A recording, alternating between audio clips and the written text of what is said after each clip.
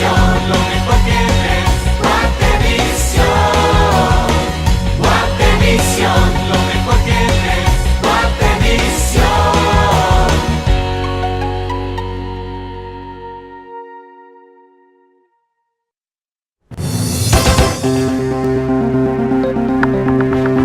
75 becas de empleo son otorgadas a jóvenes guatemaltecos por AGEXPORT y Ministerio de Economía.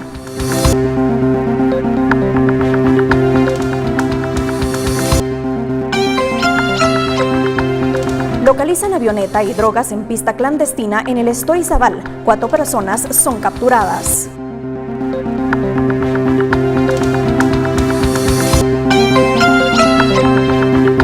Torre Centroamericana en la cabecera departamental de Sololá cumple 102 años de su construcción. Conozca su historia en esta emisión.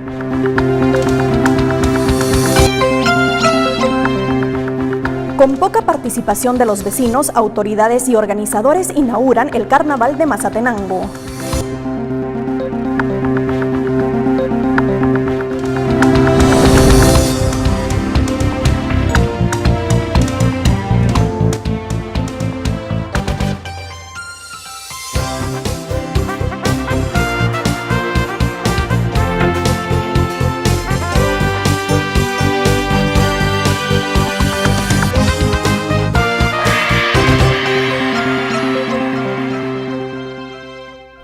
Hola, buenas noches, bienvenidos a la emisión sabatina de hoy, 10 de febrero de 2018. Soy Paula Osaeta y los acompañaré en este recorrido noticioso. Localizan avioneta en una pista clandestina y se logra la captura de 4 personas, armas de fuego y vehículos durante un operativo antinarcótico efectuado en el Estorizabal. El operativo se registró en la finca El Chapín, el Estorizabal. Se localizó una pista clandestina, se encontró una avioneta, una camioneta agrícola cargada con varios costales que contienen paquetes con posible cocaína. También se encontró un pick-up con baranda metálica y una motocicleta. Entre las armas decomisadas se localizó un fusil AR-15 con cargador, 2 radios portátiles y 3 armas de fuego. El operativo antinarcótico inició durante las primeras horas de este día, en el cual se logró neutralizar a 4 personas, luego de un enfrentamiento armado con supuestos narcotraficantes. El trabajo fue coordinado entre el equipo especial de la Policía Nacional Civil, el Comando de Fuerzas Especiales Navales y la Brigada de Infantería Marina. Con el apoyo del sistema de radares, lograron identificar una avioneta tipo Piper CNK2, identificada con la matrícula N74-2MC. En otro operativo efectuado en el Aeropuerto Internacional Aurora, personal antinarcótico localizó 50 sobres pequeños con marihuana. Fueron identificados cuando se revisaba la mercadería de envío de encomiendas hacia Estados Unidos. Por Guatemala en Paz, Suseli Contreras y Byron Secaida. En Los Ángeles, California, las autoridades arrestaron al ex jefe de la Policía Nacional Civil, Catalino Esteban Valiente Alonso, acusado de fraude migratorio. A finales de 1987 fue acusado de secuestro y asesinato de 2 activistas políticos en Quetzaltenango. Ese historial fue ocultado cuando tramitó su residencia permanente en Estados Unidos. Ahora las autoridades migratorias lo acusan de fraude, por lo que podría enfrentar hasta 10 años de prisión. Valiente fue condenado 2 veces, pero ambas condenas de 30 años de prisión fueron revocadas en apelaciones en 1993. En abril del 2013 fue emitida una orden de arresto y estaba vigente cuando Valiente ingresó a Estados Unidos.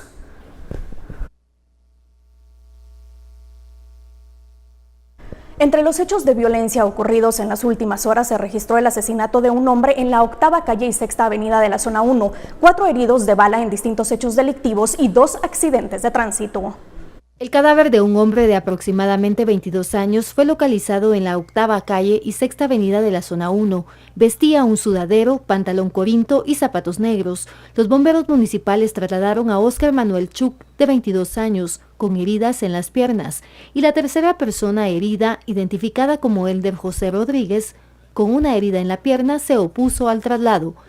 Otro hecho violento se registró en la 31 calle final de la zona 3 capitalina. Los bomberos voluntarios trasladaron a Hansel Giovanni Lemus y a Marina Chamalé con varias heridas provocadas con proyectil de arma de fuego. Los bomberos municipales trasladaron a la emergencia del Hospital San Juan de Dios a Gilberto Juárez, quien fue atacado a balazos por desconocidos mientras se encontraba repartiendo bebidas gaseosas. El hecho se registró en la 12 Avenida y 10ª Calle, La Atlántida, zona 18. 5 personas que viajaban en un vehículo se precipitó a un barranco de 30 metros de profundidad. El accidente se registró en el Boulevard El Naranjo, zona 4 de Misco. Las 5 personas fueron trasladadas a la emergencia del Hospital San Juan de Dios con golpes y posibles fracturas. Juan Carlos Esquivel fue trasladado a la emergencia del hospital después de que un vehículo continuara su marcha tras haberlo arrollado cuando se conducía en su motocicleta. El accidente se registró en el kilómetro 8.5 de la Colonia Maya, zona 18. Por Una Guatemala en Paz, Suseli Contreras y Byron Secaida. El programa Empleo Juvenil del Ministerio de Economía y la Unión Europea brindó las últimas 75 becas para tener la oportunidad de trabajo en la industria de los call center. Este sábado se llevó a cabo la Feria de Becas en las instalaciones de Agexport, que tiene como finalidad brindarles la oportunidad a los jóvenes guatemaltecos para tener acceso a un trabajo con salario competitivo y apoyando su desarrollo profesional y personal. ¿Por qué nos enfocamos en la industria de los call centers? Porque tiene muchísimas ventajas que no tienen otras industrias. No hay límite de edad, y no son necesarios los estudios universitarios o la experiencia, ¿verdad? Y pues tiene muchísimos beneficios para los empleados. Estas becas cuentan con el apoyo del programa del Ministerio de Economía y la Unión Europea. El curso tendrá una duración de 10 semanas con el horario de 8 de la mañana a 5 de la tarde, impartiéndose en el Instituto Técnico de Capacitación y Productividad INTECAP. Para aplicar al programa es necesario que las personas cuenten con 40% de inglés hablado y escrito, que sean mayores de edad, que tengan su DPI vigente y que tengan su título a nivel diversificado. Para aplicar específicamente a las becas es necesario que las personas estén comprendidas entre los 18 y 29 años. Si estuvieran fuera de este rango de edad, pueden de igual manera aplicar al programa, solo que tiene un costo de 500 quetzales más 150 quetzales de material.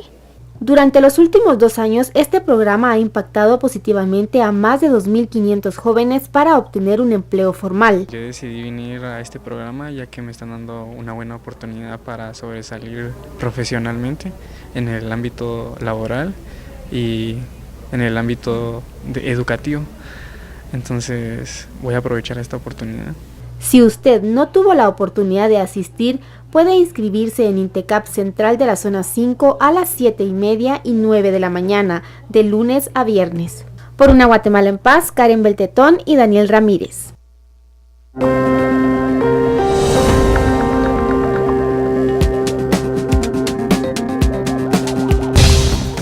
Hacemos nuestro primer corte comercial. Cuando regresemos, inauguran las actividades de carnaval en Mazatenango, Suchitepeques.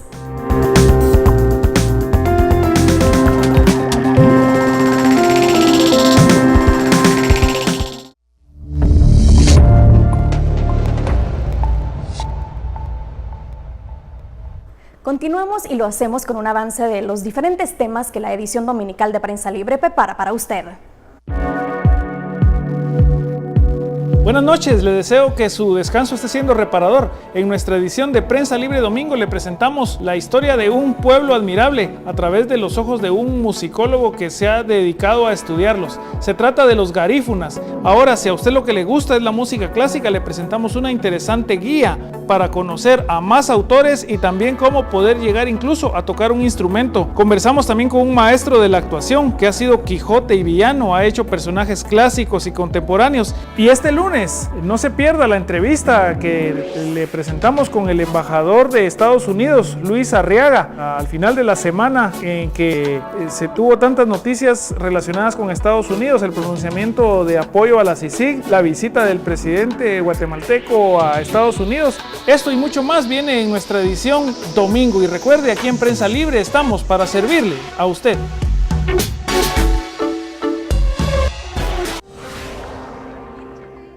Reposteros guatemaltecos participaron en el concurso Guerra de Postres en La Noria, utilizando como ingrediente principal el chocolate belga Galer, que tiene el tercer lugar en el mundo. Los participantes fueron los primeros 35 que se inscribieron por las redes sociales. El evento es totalmente gratuito, no tiene ni un solo costo. Nosotros les mandamos el chocolate y pues luego de esto ya pasa la magia aquí, ¿verdad?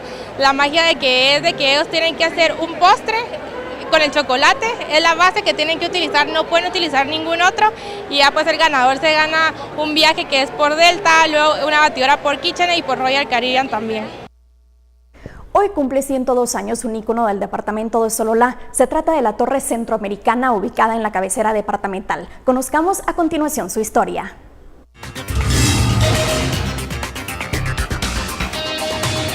La Torre Centroamericana, ubicada en la cabecera de Sololá, cumple 102 años. De acuerdo al informe, la construcción fue el 9 de febrero de 1914. Se concluyó el segundo mes de 1917. Fue nombrada así por iniciativa de Felipe Jesús Quintana en conmemoración a la Unión del Istmo. Si podremos ver, la fase de la torre consta de 4 niveles. A cada nivel tenemos exposiciones de fotografía. El edificio mide 26 metros de altura, es de 4 pisos y está junto a la sede de la comuna, frente al parque de esta cabecera departamental. En 3 lados funciona un reloj manual de marca suizo, que marca el tiempo de los sololatecos. Es algo emblemático y especial para el pueblo de Sololá, porque desde la llegada a este pueblo pues se nota y se mira la impresionante pues la torre. Funcionó como sede de la jefatura política del territorio durante el gobierno de Manuel Estrada Cabrera. Esta edificación sufrió varios daños como consecuencia de los terremotos en Guatemala. En cada esquina de la torre se lee el nombre de los países centroamericanos. Por una Guatemala en paz, Ángel Julajuc, Noticiero Guatevisión.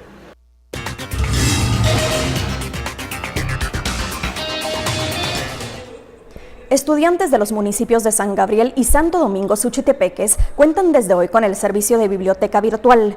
Este proyecto forma parte de los programas educativos que impulsa el Consejo Nacional de la Juventud en todo el país. Edgar Chin, director de Conjuve, indicó que en Suchitepeques son 3 las bibliotecas que han sido inauguradas y se espera que este año la cantidad aumente. Pedro Palacios, estudiante de básico, reconoció lo importante que es contar con un servicio virtual donde podrían realizar investigaciones escolares.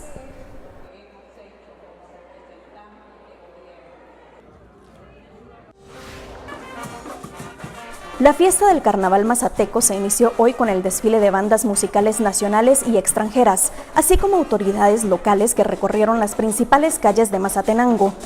Decenas de familias disfrutaron de cada presentación de los grupos invitados. El carnaval celebra su edición 133 y es la fiesta titular de los mazatecos. En el campo de la feria se realizó el corte de la cita simbólica donde participaron autoridades y reinas, aunque algo que marcó el evento fue la poca presencia del público en el acto inaugural. Para mañana domingo se espera el gran desfile de carrozas que saldrá de la antigua estación ferrocarrilera para el campo de la feria a partir de las 2 de la tarde. Dentro del carnaval, empezando pues el día de hoy tenemos el baile social, los que no sabían.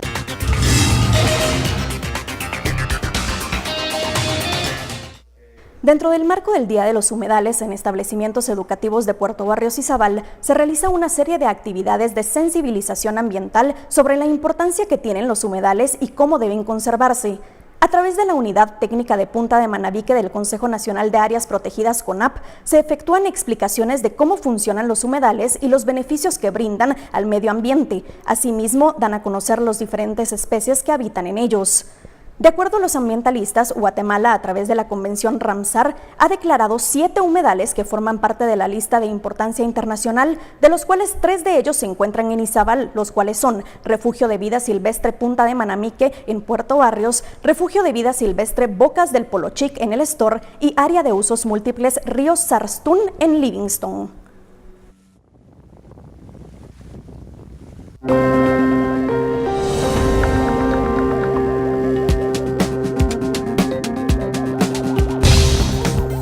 Hacemos nuestro segundo corte comercial. Cuando regresemos, en Chile, sacerdotes son acusados de violaciones sexuales contra estudiantes de un colegio marista.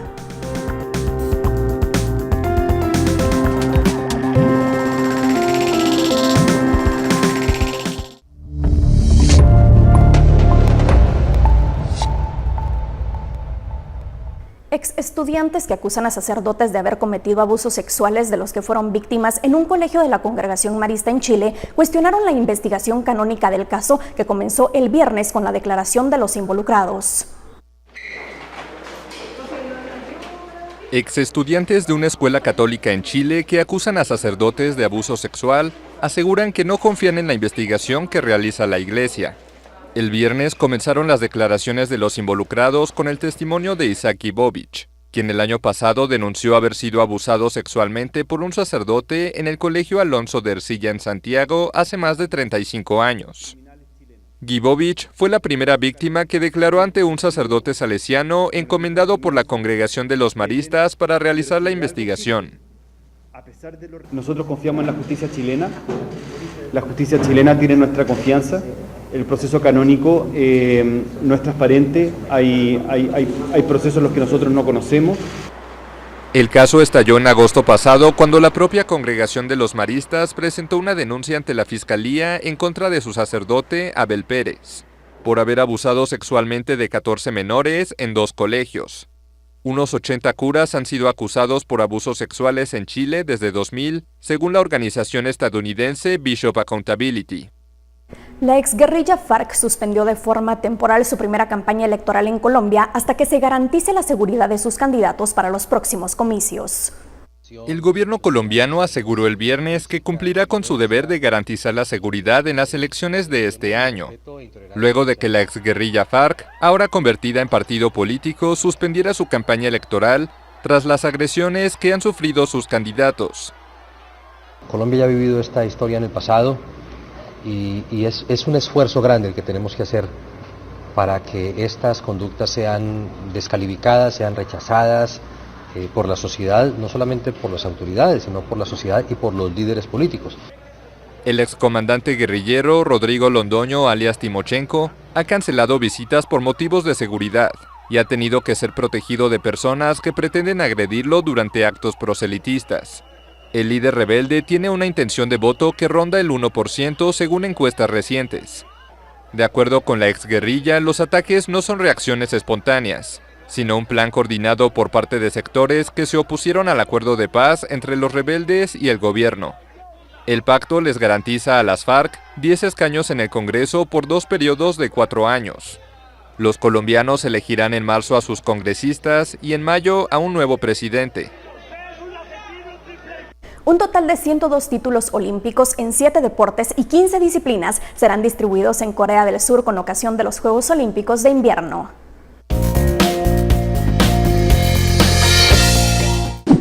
La 23ª edición de los Juegos Olímpicos de Invierno se realizará en Pyeongchang, Corea del Sur, del 9 al 25 de febrero. Se disputarán 102 disciplinas de 15 deportes, individual y por equipos. Pyeongchang recibirá la mayoría de las competiciones. Las pruebas de esquí alpino tendrán lugar en Jeonseong. Las competiciones sobre hielo se realizarán en la costera Gangneung. Todos los sitios olímpicos están ubicados a 30 minutos en auto del Estadio Olímpico de Pyeongchang, que tiene capacidad para 35.000 espectadores y será escenario de las ceremonias de apertura y clausura.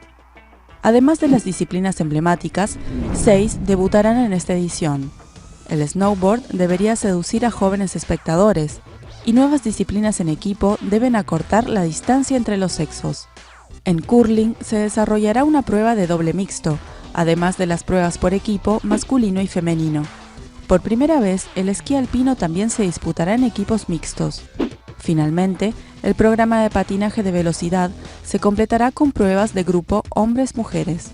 El hockey sobre hielo, el patinaje de velocidad y el patinaje artístico se encuentran entre las disciplinas con más espectadores, así como el esquí alpino y el snowboard. Disciplinas como el esquí de fondo y el luge, el más peligroso de los deportes, tienden a reunir menos público. Los Juegos Paralímpicos se desarrollarán del 9 al 18 de marzo con 6 disciplinas. Y érase una vez un 2017 es el recuento de la información en redes sociales que a través de un caleidoscopio se convierte en arte en la galería de la Universidad Rafael Andívar.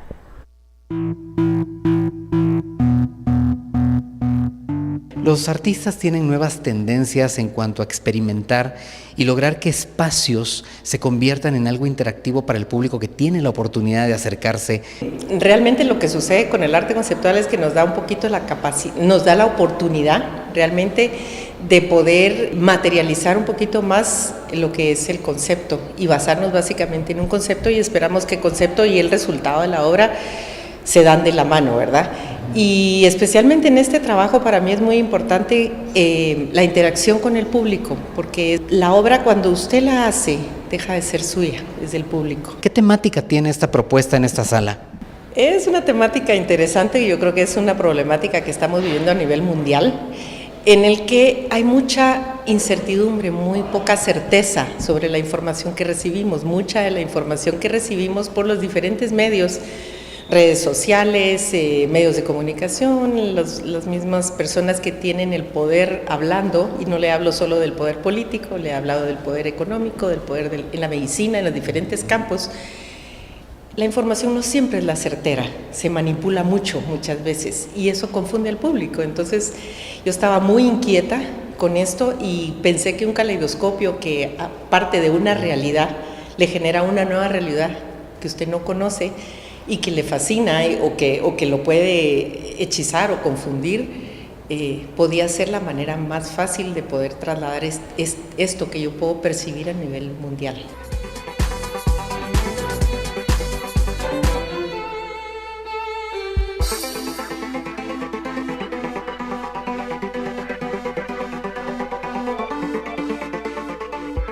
En general, la idea de esta galería, que es la Galería Artes Landívar, de la Universidad Rafael Landívar, tiene la idea de escoger obras de diferentes artistas y diferentes épocas.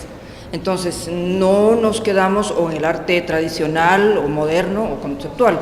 Tenemos una exposición intermedia, variamos, de manera que la comunidad landivariana, básicamente los estudiantes que no pueden asistir a galerías o museos por sus horarios, su trabajo, se les trae la obra a la universidad.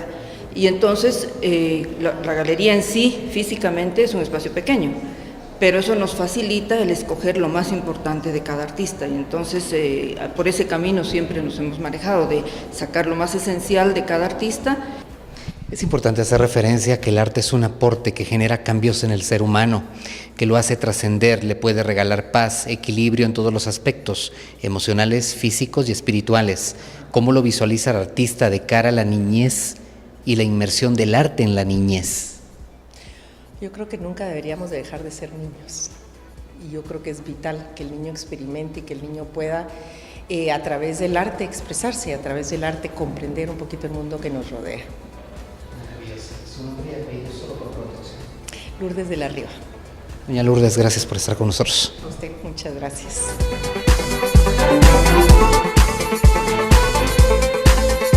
Nuestro psicólogo Arturo Archila nos trae la reflexión de cómo los conflictos de la sociedad pueden enfermar a los niños. Escuchemos.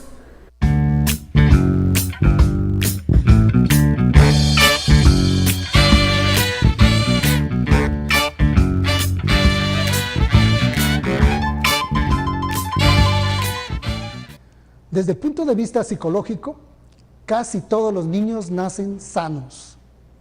Hay un porcentaje del 3% de excepción, pero en general todos los niños del mundo nacen en buen estado de salud mental. ¿Por qué? Si un niño nace sano, al poco tiempo tiene miedo, rabia, tristeza, hasta llegar a ser un adulto incoherente, ansioso y confundido.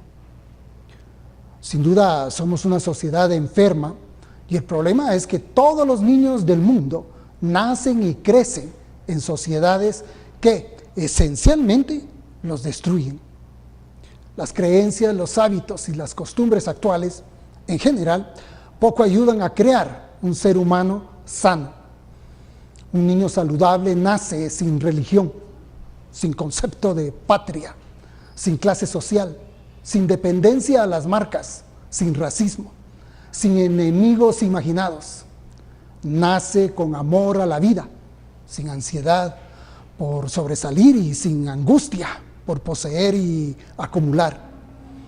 Tiene mucho que dar y lo da con inmensa alegría. Pero el niño se enferma porque convive en una sociedad enloquecida que lo convierte en un adulto conflictivo, egoísta, adicto, temeroso, irritable, mentiroso, violento y con una terrible necesidad de aprobación y aceptación. La sociedad es el espejo psicológico donde se evidencian los contenidos de todos aquellos que la componemos. Para construir una sociedad buena, necesitamos una mente buena. De lo contrario, es inevitable una sociedad caótica, cruel e insensible.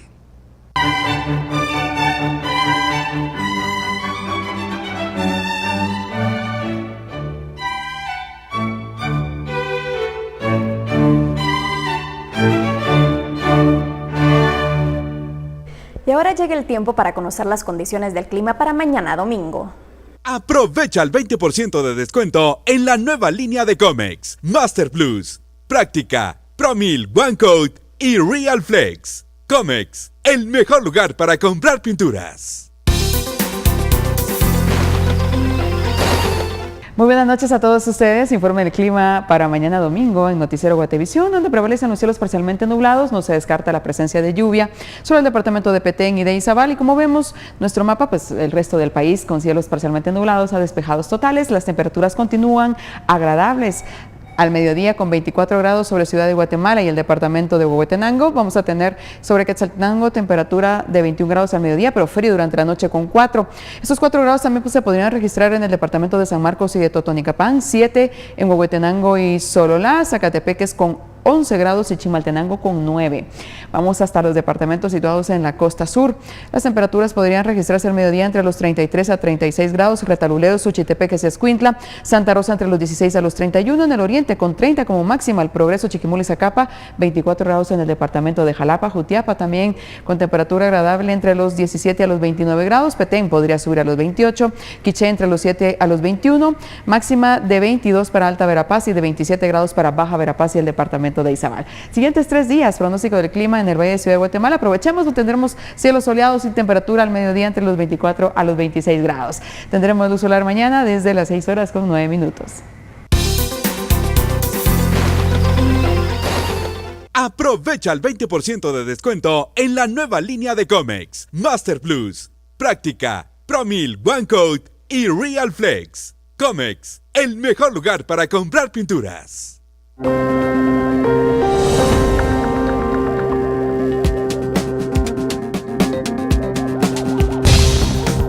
Esto es todo de mi parte. A continuación los dejo con mis compañeros de Panorama Político, quienes desde su punto de vista analizan diferentes temas del acontecer nacional.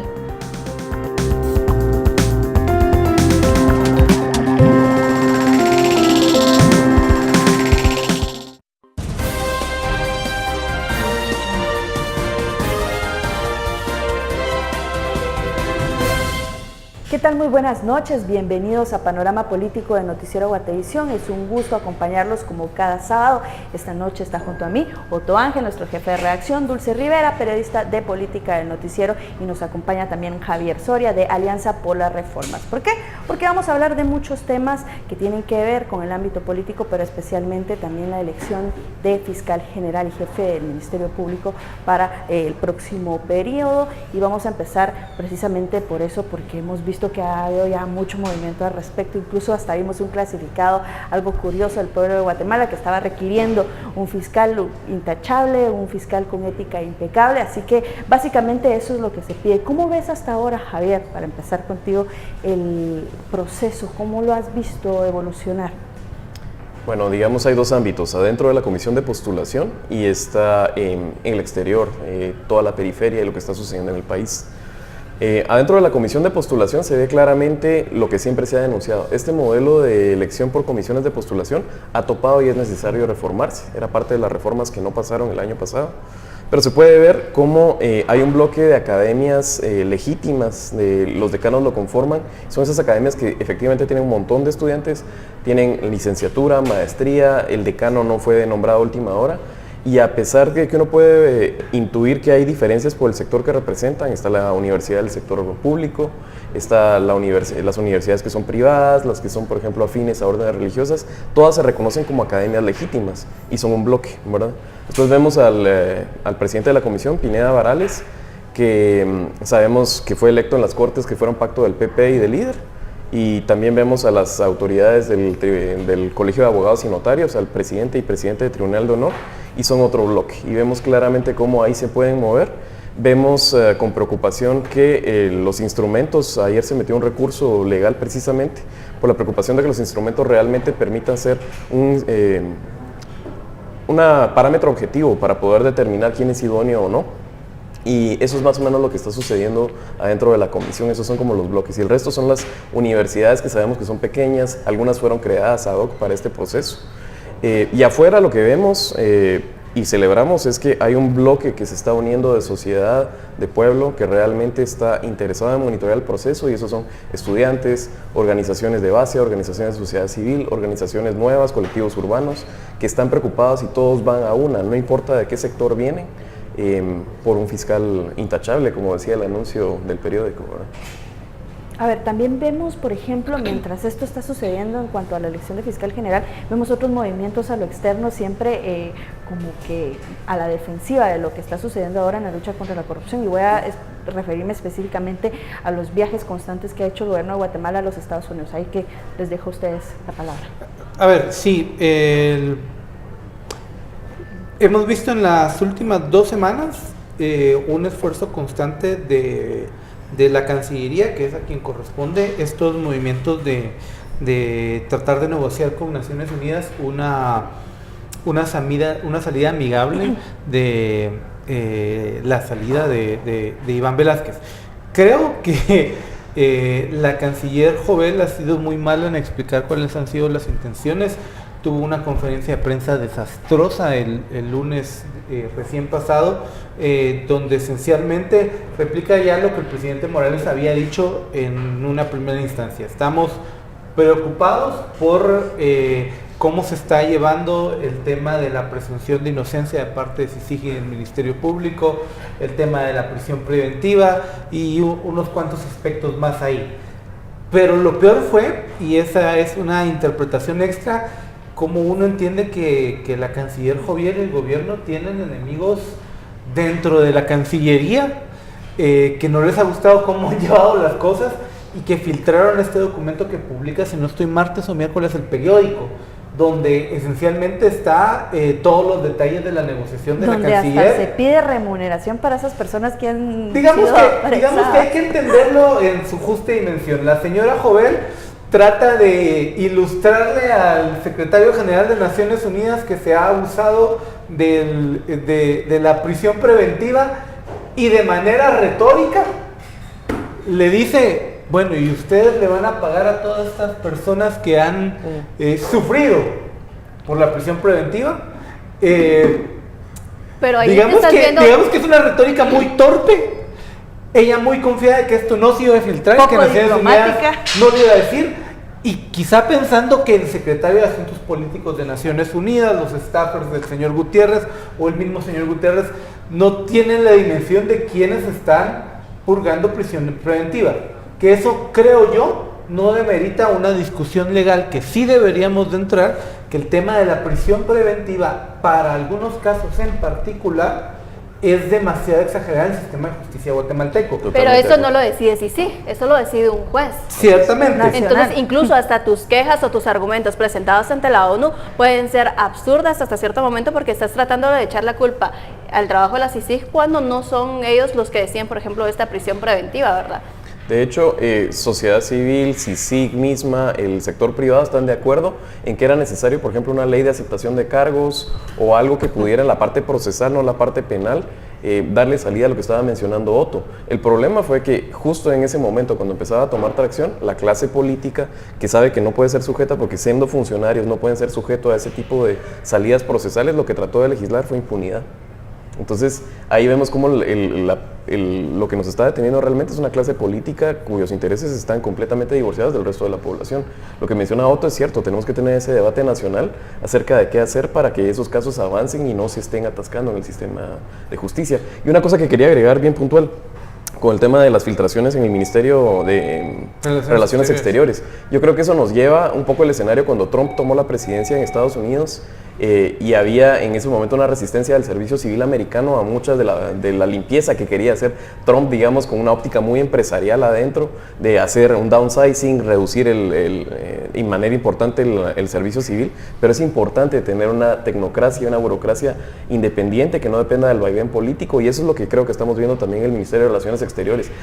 Funcionarios de carrera que se oponen a ese tipo de manejos tan malos de la cartera y de alguna forma son la resistencia dentro del sistema. Y que yo ahí hago eco de una columna de esta semana de Edgar Gutiérrez, que fue canciller y esencialmente dice palabras más, palabras menos, lo que comparte Javier. Hay gente, tecnócratas en el Ministerio de Relaciones Exteriores que están viendo cómo les imponen a Sandra Jovel después de tener un canciller que había pasado toda la carrera diplomática, que era Carlos Raúl Morales, que por no alinearse con la señora Jovel le ponen gente de tercera o cuarta línea dentro de Cancillería, y eso genera pues una grandísima frustración. Y el otro mensaje es que el señor Guterres en estas conversaciones le dice a Sandra Jovel: miren, cuando ustedes tenían la oportunidad de quejarse, de protestar, no lo hicieron. No lo hicieron. En 2017 casi que viene toda la institucionalidad pública guatemalteca en junio a decirme que están contentos con Iván Velázquez. Y 8 meses después de la solicitud de antejuicio, después que de la se hace en contra de solicitud de juicio, Morales, y cuando ya comienza a procesarse o avanzar el juicio contra el hijo del presidente y el hermano del presidente, la cosa se pone más complicada. Ahí sí ya nos yo molesta. agregaría, más que el juicio del presidente y la del hermano del presidente, los procesos contra Álvaro Arcí y otras reactivaciones de casos por corrupción. Que son el nuevo poder detrás, ¿verdad? Bueno, vamos a un corte comercial. También hay que hacer, antes de que nos vayamos al corte, recordar, por ejemplo, la unión esta de demócratas y también republicanos en apoyo, así sigue esta campaña de Iván se queda, que también son mensajes bastante claros, al menos para el gobierno de Jimmy Morales. Ahora sí, vamos al corte comercial, regresamos en breve.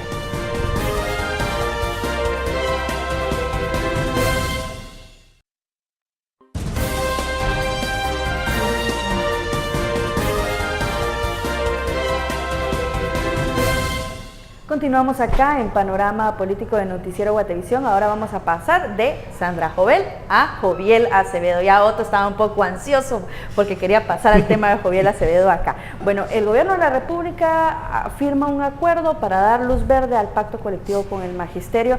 Las condiciones del magisterio de todos es sabido de que no están bien. Sin embargo, cuando hay una dirigencia magisterial encabezada por Joviel Acevedo, la cosa comienza a enturbiarse un poco, y luego con el agregado de que el propio ministro de Finanzas Públicas dice que no hay dinero para poder pagarle este aumento salarial que el gobierno de la República está aprobándole a los maestros de Joviel Acevedo. ¿Cómo ven ustedes esto, Joviel, siempre tan oportuno apareciendo en las crisis políticas? Seguramente siempre va a ser ese el papel de Joviel Acevedo, en el sentido de que pues en el gobierno del Partido Patriota y en gobiernos anteriores siempre ha salido como a dar la cara, a poner manifestaciones cuando así lo han querido los gobiernos de turno, y que ahora pues él obviamente oportunista, chantajista, logra pues agrégale tramposo, por favor, tramposo y demás, por porque hasta él mismo lo dice, pues más pagos para maestros cuando sabemos que no hay dinero, y que aparte ¿cómo se hace esto? ¿Cómo Jimmy Morales se compromete a hacerlo o a pagarlo cuando ni siquiera hay un dictamen de la comisión o del mismo Ministerio de Finanzas de dónde puede salir el dinero? Sabemos que tampoco hay dinero incluso para la refacción escolar porque no se aprobó el presupuesto. Entonces, ¿de dónde va a salir este dinero? ¿Qué se va a dejar de pagar o qué servicios se les van a restar para poder tener este aumento para los maestros? Que no digo que esté mal en cierta manera, porque necesitamos maestros mejor preparados y mejor pagados, porque de ellos depende la educación de los niños, pero también hacerlo pues de manera ordenada, en los momentos oportunos, con estudios, con fuentes de financiamiento, y no solamente como un pago de favor político a un líder magisterial que ha hecho tanto daño al país, porque sabemos que se ha prestado a sin fin de cosas, y principalmente a las manifestaciones, incluso la más reciente, que fue cuando estaba lo de la elección de la Junta Directiva, y que según se decía era para hacer un choque si hubiesen habido otras manifestaciones de oposición. Sí, sin duda uno no puede evitar pensar que esto es un pago de compromisos políticos, al final de cuentas, por la manifestación que Joviel Acevedo realiza el día de que se reelige la junta directiva que preside Álvaro Arzú Escobar. Y es un tema muy complicado porque al final de cuentas sí, el magisterio necesita mejores remuneraciones. Esto se puede detener todavía en el Ministerio de Finanzas. Obviamente esto es dinero, el gobierno lo va a tener que sacar de algún lado y quitárselo a algún otro.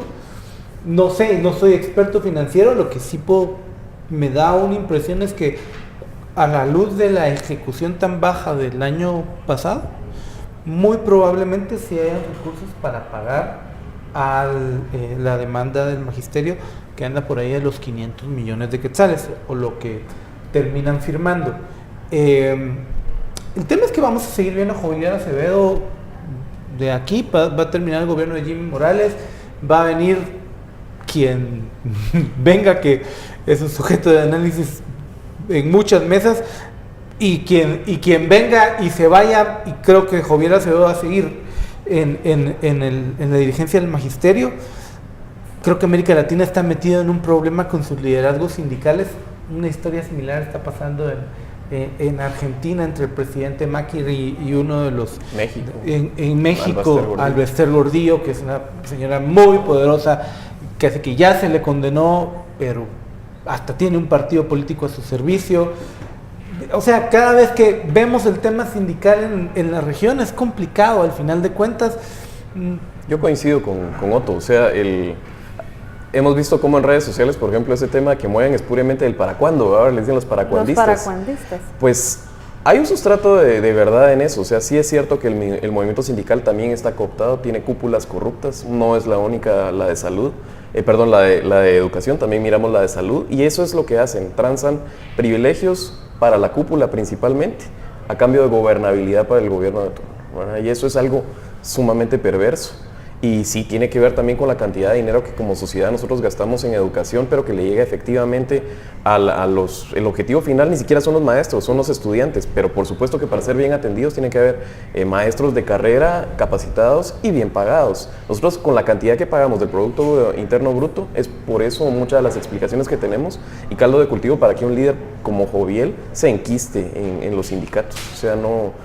Pasa por eso, por plantearnos qué tipo de sociedad queremos y cuánto estamos asignando del gasto público a ese tipo de servicios, como puede ser salud, puede ser educación. Y puede ser hasta incoherente porque, por ejemplo, el año pasado el presupuesto de la supervisión de la calidad educativa estuvo en cero. O sea, ni siquiera el ministerio pudo comprobar si realmente se impartieron buenas clases y si los catedráticos o los maestros estaban a nivel. Entonces, tampoco es que te doy un bono. Pero no necesitas invertir 30 millones de quetzales para saber que la calidad de la educación en el país está mal. La matriculación va a la baja. El Ministerio de Educación... Eso es lo y nadie dice nada. Esa cartera no la están cuestionando y la matriculación va a la baja. O sea, cada vez tenemos menos porcentaje de estudiantes en el sistema.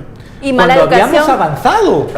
Llevábamos Ese es un retroceso. 2 décadas ese es el retroceso del actual tema. ministro y que se le tiene que colgar al pecho a Jimmy Morales, ¿no? Pero lo que quería proponer es, por ejemplo, que fuese un bono o un aumento a los maestros porque cumplieron o porque se demostró que mejoraron en su enseñanza o en sus clases a los alumnos, pero ni siquiera eso, exacto, te doy porque diste buenos resultados, pero ni siquiera tenemos esa constancia porque precisamente no hubo una supervisión de la calidad educativa por parte del Ministerio de Educación y también fue dinero que se perdió porque tampoco se ejecutó. Y es que volvemos a lo mismo, yo creo que yo no cuestiono en ningún momento que los maestros deban ser bien pagados independientemente de las circunstancias, porque son como los médicos, como los bomberos, son personas que prestan sus servicios para una labor social, para el desarrollo social de un país.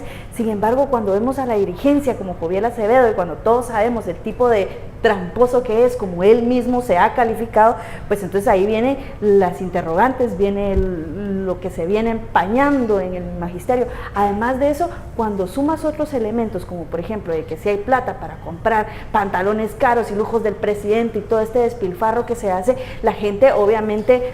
son cosas distintas y yo sé que no es para una hay que mencionar, o sea, igual, lenta que 68,000 quetzales no contratan pero es un ejemplo, 20,000 maestros. Pero es un ejemplo de que el presupuesto finalmente no está bien ordenado. ¿Por qué? Porque no ordenas todos esos gastos superfluos que deben ir a donde corresponde, que en este caso puede ser salud, puede ser educación.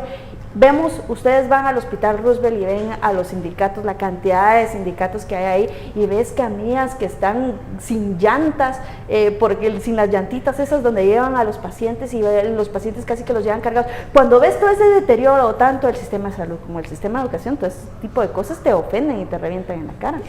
Y yo solo quería conectar que realmente si un país está diagnosticado en cuanto a su problemática es Guatemala. Sí. Esto pareciera que es la noticia del día, pero realmente es sistemático lo que sucede y pasa precisamente otra vez, volvemos por tener un servicio civil independiente de los vaivenes políticos, o sea, personas que sepan contratar, personas que sepan manejar los renglones presupuestarios, y eso no lo tenemos porque actualmente es un botín político el erario público y el gasto público. Entonces, otra vez, no ha tenido el momento político oportuno, ni tenemos una clase política que lo vaya a saber mover, pero necesitamos una reforma administrativa del Estado que pasa por la ley de contrataciones, pasa por una ley de servicio civil y probablemente una ley de procedimientos. Tenemos muy desordenados en todas las carteras, y eso comenzó a finales de los 90 precisamente con el gobierno del alcalde Arzú, y es una política que ha sido tenemos el gobierno más pequeño del hemisferio occidental en proporción al tamaño del país, y eso redunda en este desorden, con gente poco capacitada que no sabe ejecutar y no sabe priorizar. Lo que dice Gladys es cierto, efectivamente el despilfarro no va a cubrir plazas magisteriales, pero sí es un síntoma de que las prioridades están muy mal. Bueno, ya se nos ha acabado de nuevo este bloque, así que vamos a un corte comercial. Regresamos en breve para hablar de otro tema que a usted le interesa, y es el transurbano y la corrupción respecto al transporte público. Así que por favor continúe con nosotros en Panorama Político.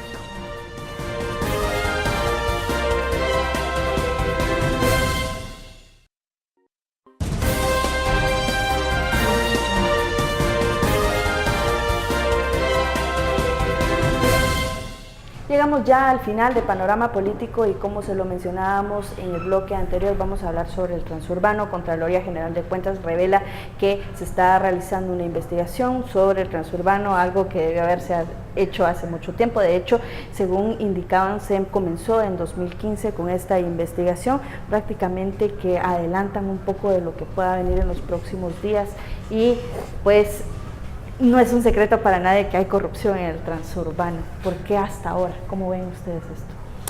Bueno, primero porque los tiempos de investigación son distintos a los tiempos de las expectativas de las personas. Yo creo que eso hay que tenerlo muy claro.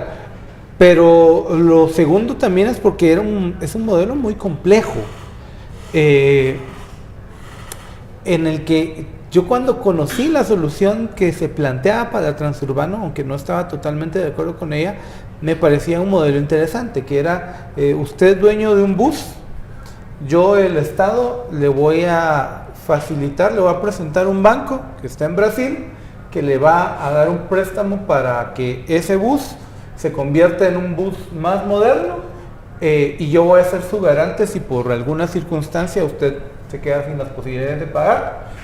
Yo asumo ese costo y obviamente me voy a quedar con la acción de la empresa que representaba ese bus. Y además, ¿sabe qué? Para llevar una contabilidad efectiva y saber qué es lo que va a pasar con el subsidio, cómo debe ocurrir el subsidio, le voy a poner un sistema prepago, que eran por ahí de 60 millones de dólares.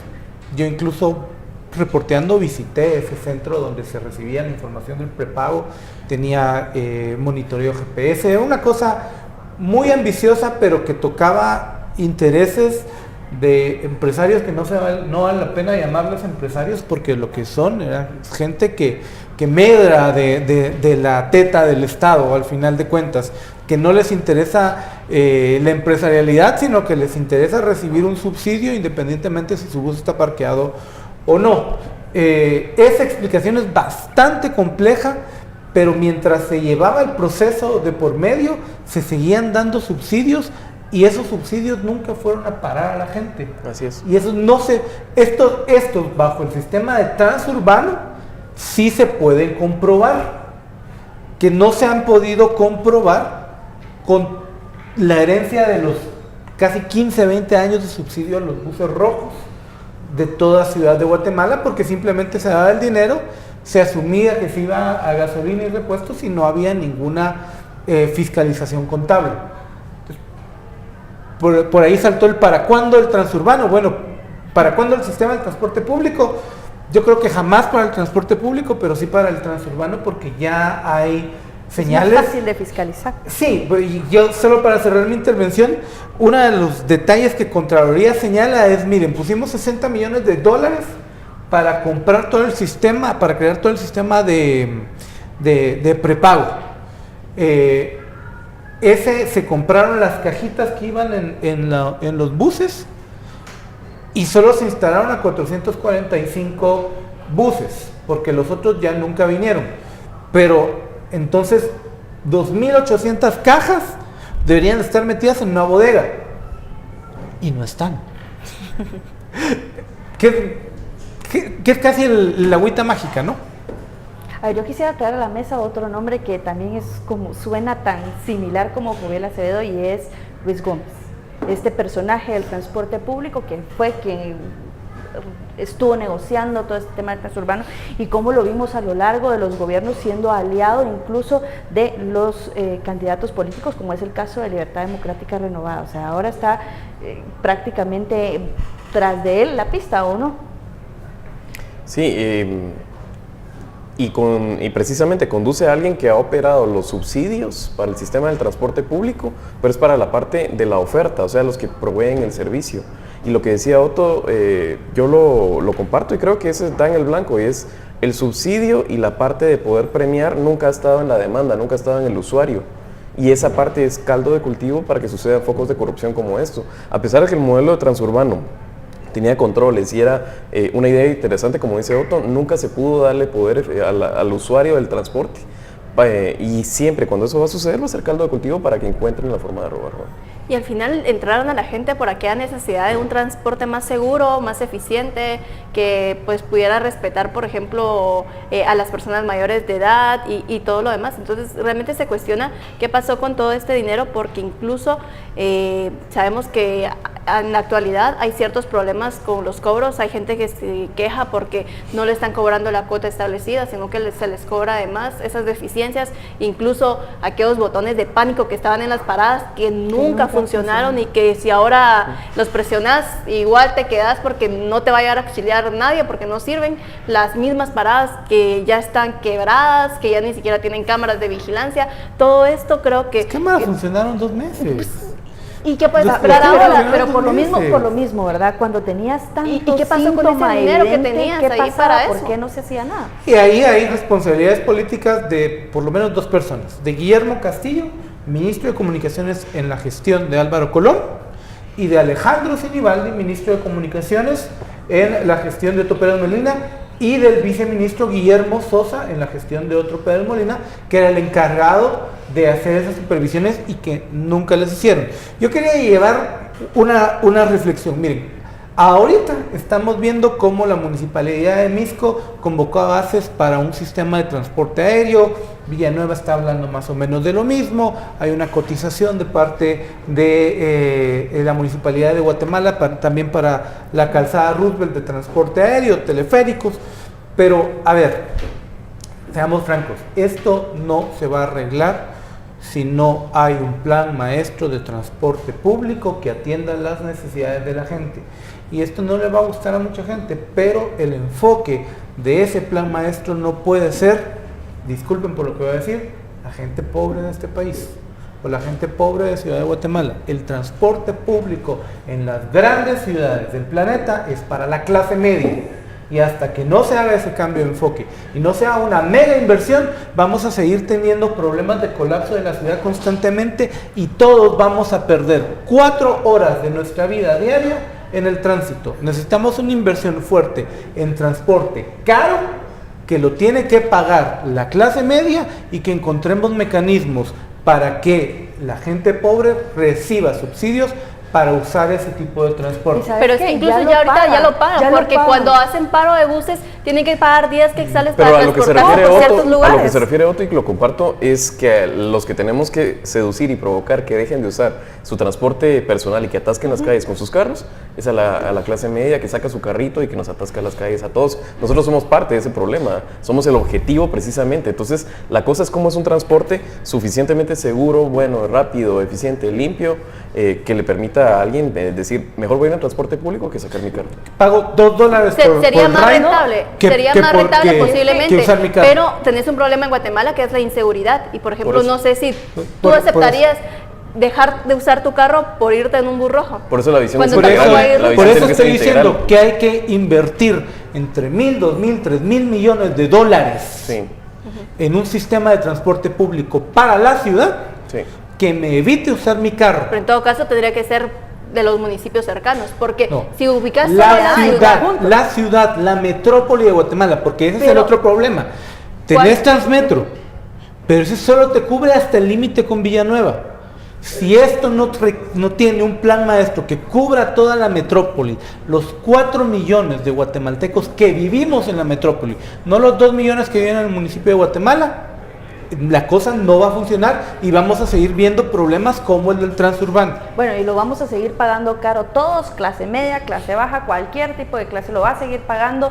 ¿Por qué? Porque ahí vemos el montón de pick-ups, el montón de busitos ilegales que hay en las noches y la gente arriesgando su vida, pagando unas cantidades de dinero abusivas con tal de poder llegar a su casa, ya ni siquiera llegar a su casa seguro. Así que este tema nos interesa a todos y por eso debemos seguir detrás de él. Hemos llegado ya al final de Panorama Político. Les recuerdo, mañana nuestro director Haroldo Sánchez tiene un dominical bastante cargado de información muy buena para usted, así que no se lo pierda y nosotros nos vemos acá el próximo sábado.